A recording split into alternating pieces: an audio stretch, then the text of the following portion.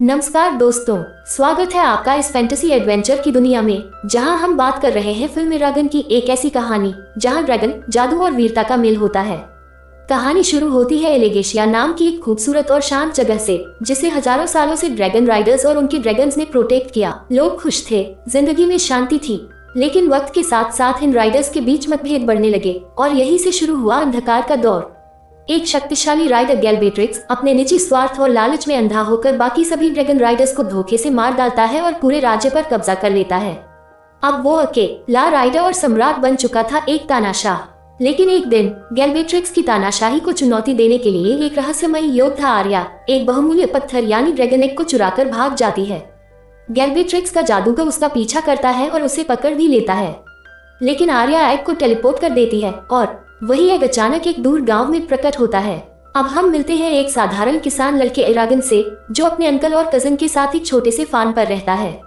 शिकार के दौरान उसकी नजर एक अजीब चमकते पत्थर पर पड़ती है। यही वो ड्रैगन एग था। उसे समझ नहीं आता कि ये क्या चीज है और वो इसे बेचने की कोशिश करता है, लेकिन कोई इसे खरीदने को तैयार नहीं होता। धीरे धीरे हालात बिगड़ते हैं। राज्य के सिपाही गाँव के युवाओं को जबरन सेना में भर्ती कर रहे थे। इस कारण एरागन का कजिन गाँव छोड़ देता है और एक रात वो एग अचानक फट जाता है और उसमें से एक नीले रंग का नन्हा सा ड्रैगन बाहर आता है। एरागन चौंक जाता है। कुछ ही समय में उस ड्रैगन के साथ एरागन का एक गहरा रिश्ता बनने लगता है। वो उसे छूता है तो उसकी हथेली पर एक रहस्यमय निशान उभर आता है, जो बताता है कि अब वह एक चुना गया ड्रैगन राइडर बन चुका है। दूसरी ओर गैल्वेट्रिक्स को इस बात की भनक लग चुकी थी।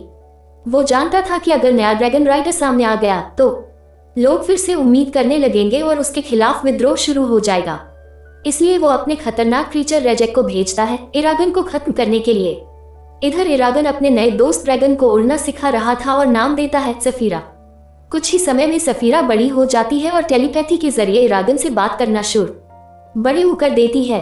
वो बताती है, मैं तुम्हारी सदियों से प्रतीक्षा कर रही थी, क्योंकि ड्रैगन कभी भी तब तक नहीं निकलते जब तक उनका सच्चा राइडर उन्हें न छुए। एरागन अब अपनी पहचान को समझने के लिए गांव के बुद्धिमान व्यक्ति ब्रोम के पास जाता है। ब्रोम, जो खुद एक रहस्य से भरा हुआ है, पहले तो उसे डांटता है, लेकिन बाद में उसकी मदद करने लगता है। फिर एक दिन गांव पर हमला होता है। रेजेक वहां कहर बरपाता है और एरागन के बारे में पूछता है। एरागन जैसे तैसे भागता है, लेकिन जब वो घर पहुंचता है तो देखता है कि उसके अंकल की मौत हो चुकी है। वो टूट चुका था। गुस्से और दुख में वह सफीरा को दोषी ठहराता है, लेकिन जल्दी ही समझ जाता है कि अब उसका रास्ता बदल चुका है। अब ब्रोम एरागन को अपने घोड़े पर बिठाकर सफर पर निकल पड़ता है। कुछ ही दूरी तय करने के बाद वे एक सुरक्षित जगह पर रुकते हैं, जहां ब्रोम एरागन से सफीरा को बुलाने के लिए कहते हैं। मगर एरागन अब भी गुस्से में था। उसका दिल अपने अंकल की मौत का बदला लेने के लिए तड़प रहा था। ब्रोम उसे समझाते हैं कि गुस्से और बदले की आग से कुछ हासिल नहीं होगा। दुश्मन तुर्जा कोई आम इंसान नहीं, बल्कि डार्क मैजिक का मास्टर है, एक ऐसी परछाई जिसे बार बार मारने पर भी वो नहीं मरता। ये सुनकर एरागन थोड़ा शांत होता है। वो सफीरा से माफी मांगता है और उसे बुलाता है। सफीरा भी खुशी खुशी लौट आती है और यहीं से शुरू होती है उनके बीच एक गहरी और अटूट दोस्ती। ब्रोम अब उसे ड्रैगन राइडिंग सिखाना चाहता है, लेकिन एरागन मना कर देता है। उसे लगता है कि उसके कारण ही उसके अंकल की जान गई। लेकिन ब्रोम एक सच्चे मेंटर की तरह उसे समझाते हैं कि अगर तुम ड्रैगन राइड नहीं करोगे तो हमारी सारी उम्मीदें भी उड़ जाएंगी। ब्रोम उसे ये भी बताते हैं कि अगर ड्रैगन मारा गया तो राइडर जिंदा रह सकता है, लेकिन अगर राइडर मारा गया तो उसका ड्रैगन भी मर जाएगा, इसलिए उसकी जान सबसे कीमती है। दूसरी तरफ तुर्जा अब उर्गल्स की एक फौज एरागन को मारने के लिए भेज देता है। ब्रोम एरागन को निर्देश देते हैं कि वह सफीरा को आसमान से नजर रखने को कहे, ताकि जैसे ही कोई खतरा आए उसे पता चल सके। फिर ब्रोम एरागन की तलवारबाजी की ट्रेनिंग शुरू करते हैं, लेकिन जब एरागन उनसे लड़ने की कोशिश करता है तो ब्रोम कहते हैं, तुम अभी उतने मजबूत नहीं हुए हो। इसके बाद दोनों यात्रा पर निकलते हैं। रास्ते में एरागन घोड़े पर बैठे बैठे सो जाता है और एक अजीब सपना देखता है, जिसमें एक लड़की दिखाई देती है। यही आर्या थी। थोड़ी देर बाद वे डेरेक नामक गांव में पहुंचते हैं। ब्रोम किसी से मिलने जाता है और एरागन को खाने के लिए ब्रेड लाने भेजता है।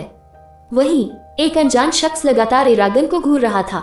एरागन गलती से एक फॉर्चून टेलर की दुकान में पहुंच जाता है। वह औरत उसे देखती है और कहती है, तुम्हारा इंतजार सदियों से हो रहा है। वह बताती है कि बहुत बड़ा युद्ध आने वाला है और एक लड़की होगी जो उसके अतीत और भविष्य दोनों से जुड़ी होगी। लेकिन एरागन को अब भी यकीन नहीं होता कि वह एक चुने हुए प्रोटेक्टर कैसे हो सकता है। तभी बाहर निकलते ही उर्गल्स उसे पकड़ लेते हैं, लेकिन ठीक समय पर ब्रोम आकर उसे बचा लेते हैं और दोनों वहां से भाग जाते हैं। मगर भागते वक्त दुश्मन दोबारा हमला करता है और इस बार इरागन खुद को बचाने के लिए एक जादुई स्पेल बोलता है। तलवार से रोशनी निकलती है और दुश्मन पीछे हटता है, लेकिन जादू की ताकत इरागन को बेहोश कर देती है। सफीरा उसे उठाकर एक सुरक्षित जगह ले जाती है। जब इरागन होश में आता है तो सफीरा उसे बताती है कि जादू करने के लिए कीमत चुकानी पड़ती है। तुम्हें बहुत ताकतवर बनना होगा और प्राचीन एल्फ भाषा के शब्द सीखने होंगे। एल्फ दरअसल एक ऐसी नस्ल थी जो इंसानों के साथ रहती थी और आर्या भी एक एल्फ प्रिंसेस थी। इसके बाद ब्रोम उसे सिखाते हैं कि कैसे कौन सा स्पेल बोला जाए, लेकिन साथ ही यह चेतावनी भी देते हैं कि जितना शक्तिशाली जादू होगा उतना ही उसकी जान पर खतरा भी होगा। अब इरागन की असली ट्रेनिंग शुरू होती है। वह तलवार चलाना, उड़ान भरना और जादू करना सब कुछ सीख रहा था। एक दिन वह सफीरा पर बैठकर उड़ रहा होता है और एक स्पेल बोलकर दूर तक देख पा रहा होता है। तभी वह देखता है कि रेजेक ब्रोम पर हमला करने वाला है। वह तुरंत सफीरा के साथ ब्रोम को बचाने उड़ पड़ता है, लेकिन रास्ते में दोनों का बैलेंस बिगड़ जाता है और वे गिर जाते हैं। किसी तरह वे तीनों मिलकर रेजेक को हरा देते हैं, लेकिन सफीरा को गहरी चोट लगती है। ब्रोम इरागन पर गुस्सा होते हैं कि उसने बिना सोचे समझे ये कदम उठाया। तभी इरागन ब्रोम के हाथ पर वही निशान देखता है जो उसके पास है और उसे समझ आ जाता है ब्रोम भी एक ड्रैगन राइडर था। तब ब्रोम खुद सब कुछ बताता है। उसका ड्रैगन एक अन्य राइडर द्वारा मारा गया था जिसकी तलवार एक ड्रैगन किलर थी। ब्रोम ने बदल आ लेने के लिए उस राइडर और उसके ड्रैगन दोनों को मार डाला। तभी से वो तलवार ब्रोम के पास है। वह बताता है कि अब सिर्फ एक ही ड्रैगन बचा है, गैल्वेट्रिक्स का ड्रैगन। बाकी सब मारे जा चुके हैं। दूसरी ओर तुर्जा गुस्से में आकर उर्गल्स के लीडर को मार देता है क्योंकि वह इरागन को मारने में नाकाम रहा था। इसके बाद वह आर्या पर ब्लैक मैजिक करता है। उसी रात इरागन को एक और सपना आता है। इस बार आर्या सपने में उससे बात करती है और कहती है, मेरा नाम आर्या है, तुर्जा ने मुझे गिलीड नाम की जगह पर बंदी बनाया है, मुझे बचाओ। सपना इतना साफ था कि इरागन को यकीन हो जाता है ये सिर्फ सपना नहीं, एक कॉल है। वह आर्या को बचाने की ठान लेता है, लेकिन जब वह ब्रोम से यह बात करता है तो ब्रोम मना करते हैं। वे कहते हैं कि गिलीड जाना मतलब मौत को गले लगाना है। ये रास्ता बिल्कुल विपरीत दिशा में है और इस वक्त सबसे जरूरी है खुद को बचाए रखना। लेकिन इरागन अब बदल चुका था। अब वो कोई साधारण किसान लड़का नहीं था। अब वो था एक चुना गया राइडर, एक उम्मीद, एक बगावत की चिंगारी, और अब वो पीछे हटने वाला नहीं था। इरागन ब्रोम की एक नहीं सुनता और सफीरा पर सवार होकर सीधे गिलीड की ओर निकल पड़ता है। वहां पहुंचकर वह सफीरा को बाहर छिपकर रहने को कहता है और खुद अकेले भीतर चला जाता है। अंदर उसे वही रहस्यमय व्यक्ति दिखाई देता है जो पहले से उसका पीछा कर रहा था। वहीं इरागन एक जादुई स्पेल का इस्तेमाल कर चीजों को आर पार देखने लगता है और इसी दौरान उसे कैद में बंद आर्या दिखाई देती है। वह तुरंत आर्या के पास पहुंचता है, लेकिन आर्या उसे खुद से दूर रहने को कहती है। तभी वहां अचानक दूरजा प्रकट हो जाता है। ये देखकर इरागन चौंक जाता है कि उसका जाल सच में काम कर गया, लेकिन दूरजा ये देखकर हैरान रह जाता है कि यह छोटा लड़का ही वह ड्रैगन राइडर है जो सम्राट के लिए खतरा बन सकता है।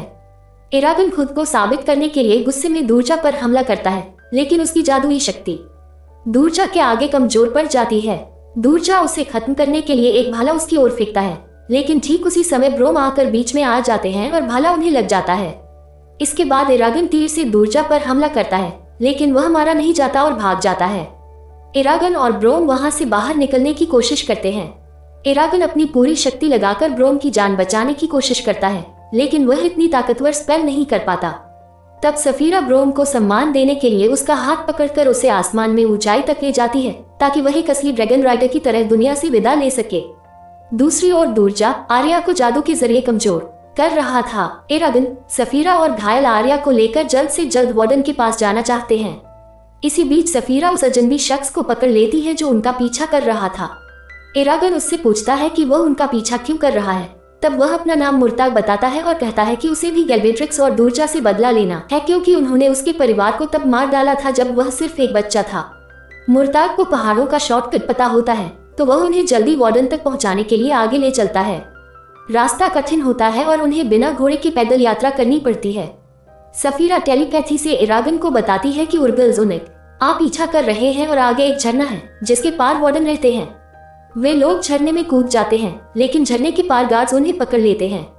इस दौरान दूरजा गैल्वेट्रिक्स को बता रहा होता है कि वार्डन के लीडर अजीहाद ने इरागन और सफीरा को बुलाया है।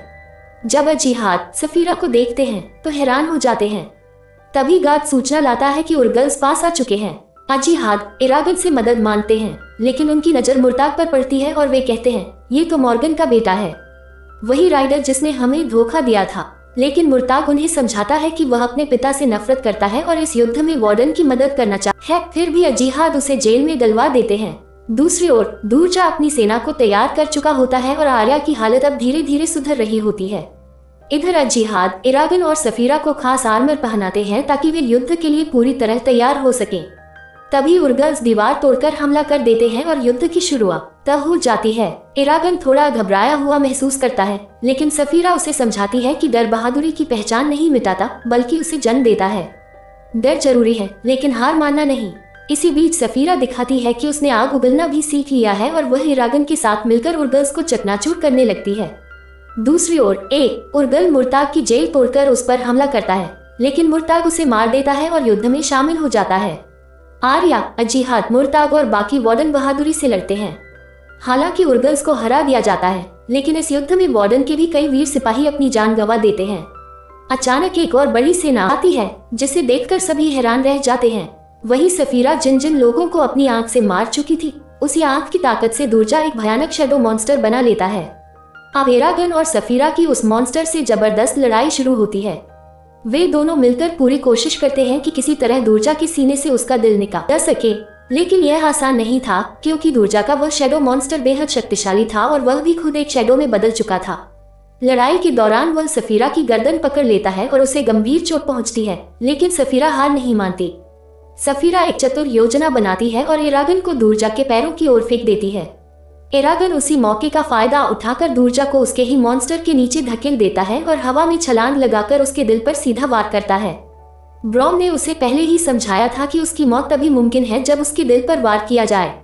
जैसे बड़ी ही इरागन ये करता है, दूरजा की वही मौत हो जाती है। सफीरा इरागन को पकड़ लेती है, लेकिन खुद भी बुरी तरह घायल हो जाती है, जिससे दोनों नीचे गिर पड़ते हैं।